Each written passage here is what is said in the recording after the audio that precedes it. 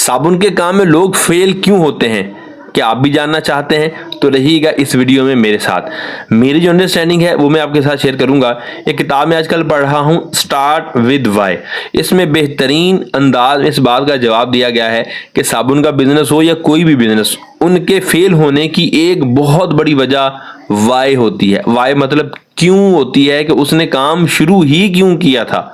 जिस बंदे के पास काम को शुरू करने की बहुत बड़ी, बहुत स्ट्रांग वजह होती है, वो काम जल्दी नहीं छोड़ते। और जिन्होंने काम इसलिए शुरू किया होता है कि यार उन्हें की तरह मैं भी करना, मैंने यूट्यूब पे देखा लोग कर रहे हैं तो मैं भी कर लूं, मैंने कोई ऐड देखा, ऐड में बड़ी दिलचस्पी दिखाई गई तो मैंने कहा अच्छा मैं भी शुरू कर लूं। ऐसे लोग जल्दी हार मान जाते हैं, ऐसे लोग जल्दी फेल हो जाते हैं, क्योंकि उनके पास रुके रहने की, ठहरे रहने की, जमे रहने की कोई वजह ही नहीं होती। मैं आपके साथ जो चीज शेयर कर रहा हूं वो है कि जब भी आप कोई काम शुरू करें, चाहे वो साबुन का है, तेल का है, सर्फ का है, XYZ कोई भी कारोबार है, किसी को देखा देखी शुरू मत करें। नो डाउट के कॉपी को कॉपी करना भी एक अच्छा काम है, अगर उसको अकल के लिए नकल इस्तेमाल करें तो बेहतरीन है। लेकिन ये ज्यादातर फ्लॉप इसलिए होते हैं कि हम उसके बारे में नॉलेज नहीं रखते। देखिए साबुन का काम क्यों करना है, तो एक बहुत बड़ी वजह लोगों के पास होती है कि जी इससे प्रॉफिट आएगा। जनाब ये साबुन का काम जो है ना, ये रोजमर्रा का काम है, हर घर की जरूरत है, तो मैं साबुन का काम करता हूं जनाब, इससे बड़ा फायदा होगा। तो सर ये सोच सिर्फ आप नहीं सोच रहे, ये सोच हर वो बंदा सोच रहा है जो साबुन की फील्ड में आ रहा है, आ गया है या आएगा। क्यों? क्योंकि साबुन का काम करने के लिए कोई तो वजह होगी, लेकिन ये कोई इतनी बड़ी वजह नहीं है। क्योंकि अगर आपने सिर्फ प्रॉफिट के लिए काम शुरू किया तो जब आपको किसी और कारोबार में और प्रॉफिट नजर आएगा तो आप इस काम को छोड़ देंगे।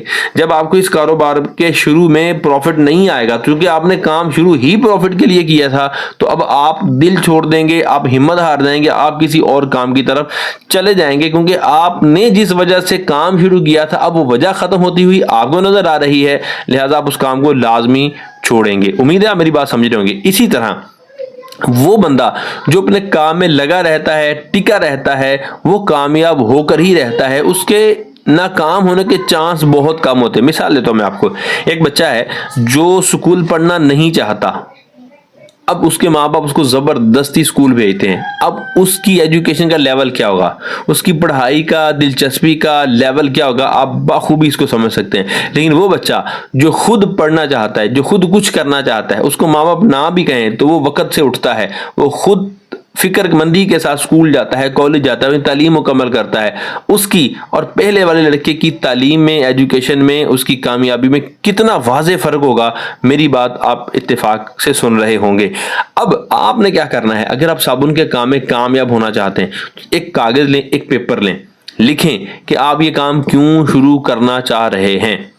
जब आपके पास को 5, 7, 10 वजह आ जाएंगी ना, तो फिर आपको काम करना आसान होगा। लेकिन जब आप सिर्फ एक वजह से, जनाब कम बजट में जनाब काम शुरू हो जाता है, एक कमरे में काम शुरू होता है, सर जी इसके अंदर प्रॉफिट बढ़ा है, या जो आपको दिखाया और बताया गया आपके पास वही वजह है, तो मैंने आपको बता दिया कि ये वजह कोई सी वजह नहीं है जो आपको टिके रहने पर मजबूर करे। एक इसकी मिसाल मैं एक और देता हूँ आपको। एक शख्स है, वो ये कहता है कि यार मेरे पास जरिया आमदन नहीं है, थोड़े से मेरे पास पैसे हैं और यही मेरे पास पैसे हैं, इन्हीं से मैंने काम करना है, चाहे कुछ भी हो जाए, जिसे हम कहते हैं ना कश्तियां जलाकर आना।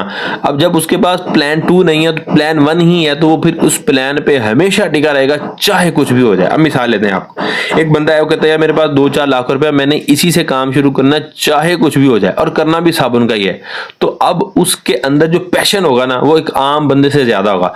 लेकिन अगर उसके जहन के किसी कोने में ये बात चल रही होगी, अगर चल गया तो ठीक है, अगर ना चला तो फिर कोई और कर लूंगा। अब मुझे बताएं, जब आपके पास कोई और काम करने का पहले से ही प्लान है, तो पहला प्लान तो आपका ऑटोमेटिकली फेल हो जाएगा। लेकिन जब आप ये कहें जनाब मैंने करना ही यही है, चाहे कुछ भी हो जाए, तो फिर आप टिके रहेंगे। इसकी मिसाल शायद आपको अजीब सी लगे। एक शख्स है, खुदा न खासा उसकी शादी है, हो गई है, अब उसकी नजर में कोई और औरत आ गई है, अब उसके पास प्लान बी आ गया, अब उसकी तवज्जो कहीं और हो गई, अच्छा ऐ नहीं दो सही, ऐ नहीं दो सही। अब इसकी लड़ाई होगी कि नहीं होगी, मुझे बताएं। इसके साथ इसकी जनाब वो रोजाना जंग छिड़ेगी कि नहीं छिड़ेगी, क्योंकि इसके जहन में क्या जा रहा है, चल तूने दे तेरी यहाँ याद नहीं सही, ये नहीं तो कोई और सही।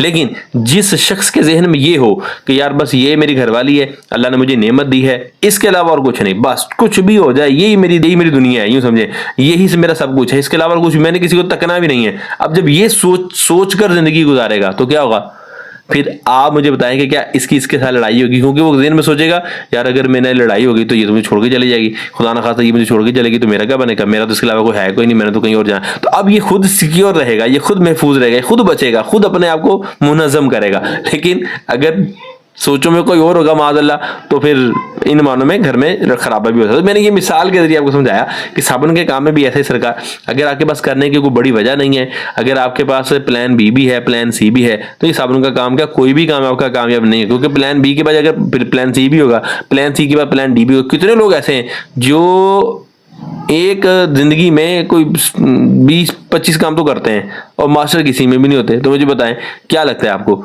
कि ये कहीं पहुंच सकेंगे, कहीं भी नहीं पहुंच सकते। यकदर गिर मोहकम गिर। अगर आपको मेरी ये बातें समझ में आई हो तो बराए करम अपने आप पे रहम करें और कोई भी कारोबार शुरू करने से अपने आप से कम से कम 10 जवाबात लें कि ये आप काम क्यों कर रहे हैं। जब आपको इसके जवाबात मिल जाए तो काम को शुरू, जवाबात ना मिले तो फिर जवाबात हासिल करें कि क्यों करना है, कब तक करना है, किस किस हालत में रह कर करना है, अगर ये सिचुएशन आ जाए तो मैंने क्या करना है, कि ये हालात आ जाए तो मैंने क्या करना है। ये सारी चीज़ें जब आप लेकर चलेंगे तो इंशाल्लाह फिर कामयाबी आपके कदम चूमेगी। किताबों से मोहब्बत बढ़ाइए, किताबों से बिजनेस सीखिए, किताबों से बिजनेस माइंडसेट हासिल कीजिए। ये आपकी ज़िंदगी 90 डिग्री चेंज कर देगा। अब तक के लिए इतना ही। अपना रखिएगा बहुत सारा ख्याल, मुझे रखिएगा दुआ में याद। अल्लाह ने के मान।